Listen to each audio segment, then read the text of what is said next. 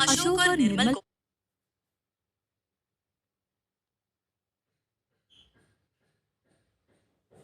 को प्रतापपुर गांव में एक सरकारी अस्पताल बनाने का कॉन्ट्रैक्ट मिला था। उन्हें जहां अस्पताल बनाना था, वहां पहले से ही एक पुराना कब्रिस्तान था।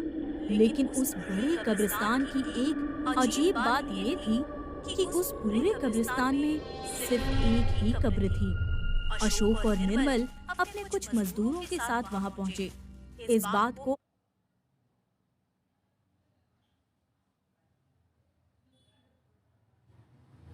अनदेखा करते हुए उन्होंने मजदूरों से काम शुरू करने को कहा। सरजू, तुम अपने लोगों को लेकर इस जगह पर खुदाई का काम शुरू कर दो। और हाँ, वो कब्र भी यहाँ से हटा दो। 2 दिन बाद यहाँ खुदाई के लिए बड़ी मशीनें आएंगी। उससे पहले ये जगह बिल्कुल साफ हो जानी चाहिए। समझ गए? जी साहब, आप फिक्र मत कीजिए, हम वहीं से काम शुरू कर देते हैं।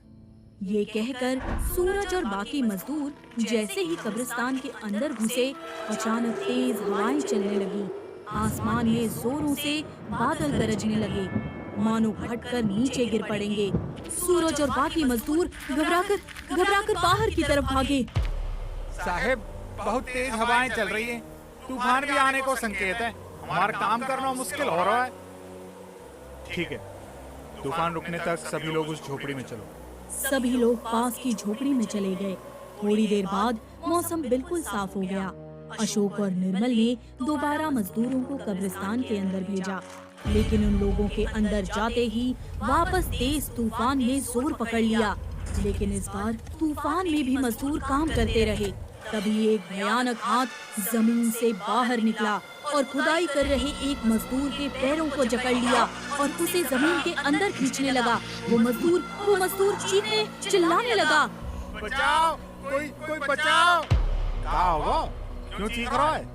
अरे सरजू भैया, किसी ने मेरा पैर पकड़ लिया है और मुझे जमीन के अंदर खींच रहा है, बचाओ मुझे। लेकिन सूरज के देखने से पहले ही वो हाथ गायब हो चुका था। अरे धीरू, लेकिन यहाँ तो कोई भी नहीं है।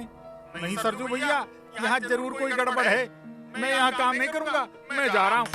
ये कहकर धीरू वहाँ से भाग गया। धीरू को भागता हुआ देख सभी लोग डर के मारे कब्रिस्तान से बाहर निकल गए। क्या हुआ सरजू, तुम सब ऐसे क्यों भाग रहे हो? साहब, ये मजदूर यहाँ काम नहीं करना चाहते। उनके साथ अजीब घटनाएं हो रही है। ठीक है, आज का काम यहीं रोक दो। कल तुम गांव से कुछ मजदूर लेकर काम पर आ जाना। सभी लोग अपने घर चले गए। अशोक और निर्मल का घर कब्रिस्तान के पास ही था। वो दोनों भी अपने घर चले गए। फिर रात के समय जब वो दोनों सुकून की नींद सो रहे थे, तभी निर्मल का सुकून भरा चेहरा परेशानी में बदल गया। वो बेचैन हो गया और नींद में ही छटपटाने लगा। वो जागना चाहता था, मगर उसकी आंखें खुलने का नाम ही नहीं ले रही थी। आखिरकार बड़ी मशक्कत के बाद जब उसने अपनी आंखें खोली, तो जो उसने देखा, उसके तो पैरों तले जमीन ही खिसक गई। निर्मल उसी कब्रिस्तान में पहुंच चुका था। उसका आधा शरीर जमीन से धंस चुका था और धीरे धीरे धंसता ही जा रहा था। निर्मल का डर के मारे बुरा हाल था। वो अपने आप को बाहर निकालने के लिए मशक्कत करने लगा, लेकिन उसकी कोशिश नाकामयाब होती जा रही थी। तभी अचानक सब शांत हो गया और निर्मल के पीछे एक भयानक शैतान आकर खड़ा हो गया। उस शैतान के मस्तक से खून की धार बह रही थी, जो निर्मल के सिर पर टप टप करके टपक रही थी, जिससे उसका पूरा सर खून से लाल हो गया। निर्मल को समझ आ गया था कि आज उसकी मौत तय है। उसने अपनी दोनों आंखें बंद कर ली। तभी एक आवाज आई, निर्मल, क्या हुआ तुझे निर्मल? ये सुनकर निर्मल ने जब अपनी आंखें खोली तो देखा वो अपने बिस्तर पर ही था। वो घबराया हुआ उठा और इधर उधर देखने लगा। जब उसे पता चला कि ये सब एक सपना है, तो उसकी जान में जान आ गई। उसने एक गहरी सांस ली और शांत हो गया। लेकिन तभी अशोक बोल पड़ा, निर्मल, तुझे क्या हुआ था? और तेरे शरीर में ये मिट्टी कैसे लग गई? और तेरे सिर पर भी खून लगा हुआ है। ये सुनकर निर्मल ने जब अपने पैरों को देखा तो उसकी जान हलक में आ गई। अशोक, यहाँ जरूर कुछ गड़बड़ है। ये मिट्टी कब्रिस्तान की है। मैं कब्रिस्तान में फंस गया था। जहाँ एक शैतान ने मुझे मारने की कोशिश की। ये खून भी उसी शैतान का है। ये सुनकर अशोक हंस पड़ा। निर्मल, ये तू क्या बोल रहा है यार? शैतान? अरे यहाँ कोई शैतान नहीं है। मुझे तो लगता है ये किसी गांव वाले की शैतानी है। वो लोग चाहते नहीं है कि इस गांव में कोई अस्पताल बने, इसलिए हमें डराने की कोशिश कर रहे हैं। लेकिन हम भी डरने वालों में से नहीं हैं। हम यहाँ अस्पताल बना कर ही रहेंगे। तू जाकर फ्रेश हो जा, मैं कल पता लगा लूंगा कि ये शरारत किसकी थी। उस रात अशोक की बात सुनकर निर्मल को तसल्ली हो गई। लेकिन अगली सुबह जब अशोक और निर्मल उस कब्रिस्तान में पहुंचे तो देखा कि गांव का सरपंच शंभू गांव के कुछ लोगों को लेकर लाठी डंडों के साथ कब्रिस्तान के पास खड़े थे। उन्होंने अशोक और निर्मल को कब्रिस्तान के बाहर ही रोक लिया। जाइए साहब, आप यहाँ काम नहीं कर सकते। आप लोग जहाँ से आए हैं वहाँ वापस चले जाइए। ये जगह खतरे से खाली नहीं है। देखा निर्मल, मैंने कहा था ना, यही लोग हैं जिन्होंने कल रात तुम्हारे साथ मजाक किया था। ये लोग चाहते नहीं है कि इस गांव में अस्पताल बने। क्यों शंभू जी, ठीक कहा ना मैंने? देखिए, आप लोगों को जो समझना है वो समझ लीजिए, लेकिन हम आपको इस कब्रिस्तान को हाथ लगाने नहीं देंगे। ये एक शैतान की कब्र है जिसे कई सालों पहले हमारे पूर्वजों ने तंत्र विद्या से कैद कर दिया था। अगर किसी ने इसे हाथ लगाने की कोशिश की तो वो शैतान उसके साथ साथ पूरे गांव का भी सर्वनाश कर देगा।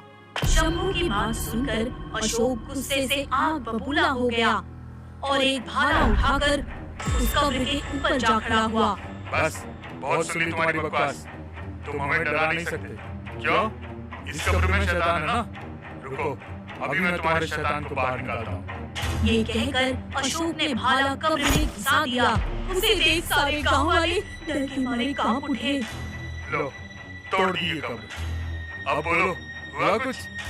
अब तुम सब चुपचाप यहाँ से चले जाओ और हम लोगों को अपना काम करने दो। अशोक के बोला ही था कि तभी उस कब्र से एक भयानक शैतान बाहर निकला और अशोक के सामने खड़ा हो गया। उसे देखकर अशोक की सिट्टी पिट्टी गुल हो गई। फिर उस शैतान ने वही भाला अपनी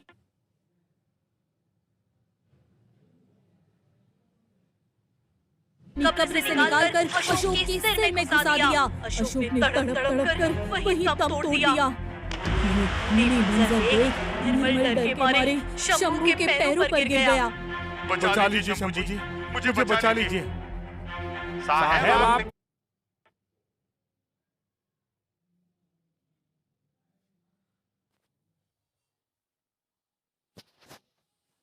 फिक्र मत कीजिए, हम आपको कत्ल नहीं होने देंगे। साथियों, तुम लोग इस शैतान को कब्रिस्तान से बाहर मत निकलने देना, तब तक मैं कुछ करता हूँ।